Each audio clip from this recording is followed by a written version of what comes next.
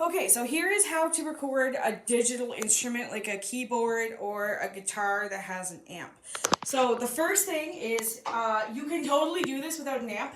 It's just you are going to probably want to hear yourself, and you're only going to hear yourself if you have an amp. So depending on the amp you use, you are looking for something in the back that says output or out. So that one there says balance line out right here. And so I know the little Fender amp doesn't have an output, so you would have to record that kind of like a voice.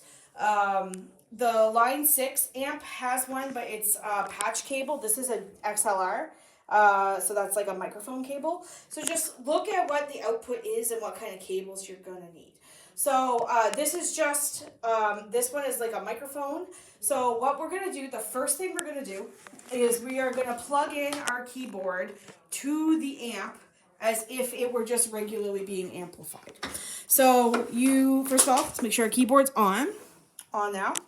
And then you're going to plug this into the output of the piano and into the input of the amp. So I'm just going to turn the amp on. It's not on yet. Oh, well, that's not helpful. Okay. So we should be operational here now. And so we're going to plug the instrument in. And so now when we play the piano, you hear it coming out of the amp? It's coming out of the amp. So the next thing we need to do is get the output to the interface. So because the output on this little brown amp is an XLR, I'm just going to take it out of the condenser mic like this. Because like this is what an XLR cable looks like. And that's the kind of signal it wants to receive. So I'm just going to put it in the back here. Like this.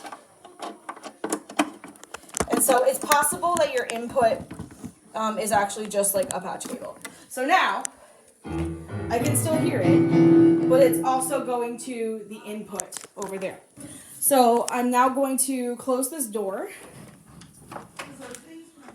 And we're just going to check that everything is running smoothly out here.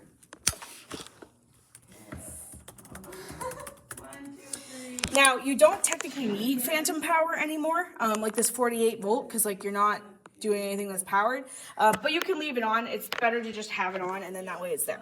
So when you're ready to record a new thing, you're going to go add track, voice/audio, and then what you're going to do. Okay, so we've added the new track, and now we're going to press record.